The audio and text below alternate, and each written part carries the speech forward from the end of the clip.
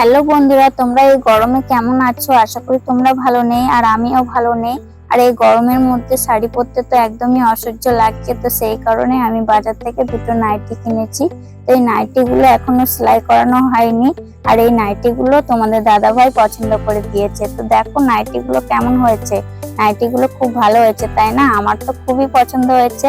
আর তোমাদের দাদা ভাইয়ের কিন্তু চয়েস আছে, দেখো কত সুন্দর ডিজাইন দুটো পছন্দ করে দিয়েছে। তো আমারও খুব পছন্দ হয়েছে, আর কালার গুলো খুব সুন্দর। আর এদিকে দেখো মেয়েও বাড়িতে নেই, দুদিন হয়েছে ওর পিসি বাড়িতে গেছে। তো মেয়েকে আজকে আনতে যাওয়ার কথা আছে ওর পিসি বাড়ি থেকে।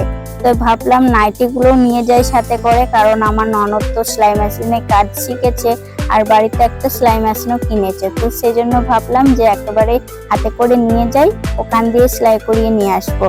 তো বন্ধুরা, তোমরা ভিডিওটা পুরোপুরি দেখো, আশা করি তোমাদের ভালো লাগবে। আমি জানি আমার ভিডিও দেখতে তোমাদের ভালো লাগে না, তাও এই ছোট বোনটাকে একটু সাপোর্ট করো যাতে আমি একটু এগিয়ে যেতে পারি। তোমরা একটা লাইক কমেন্ট অবশ্যই করে যাবে। ভিডিওটাতে কেমন লেগেছে তোমরা একটু কমেন্ট করেও বলবে। তো দেখতে দেখতে আমি চলে এসেছি ননদের বাড়িতে, আর ননদের বাড়িতে এসে দেখছি সবাই গরমের মধ্যে একদম রাস্তায় বসে আছে। আর এই দেখো পুচকু সোনাটাকে একটু আদর করে নিলাম, এটা হচ্ছে আমার ননদের জায়ের মেয়ে। তো তারপরে দেখো বাড়িতে ঢুকতে না ঢুকতে আমার মেয়ের কান্না শুরু হয়ে গেছে। মেয়ে তো আজকে বাড়ি যেতে চাইছে না, কারণ ওর বিকালে পড়া আছে সেই কারণে।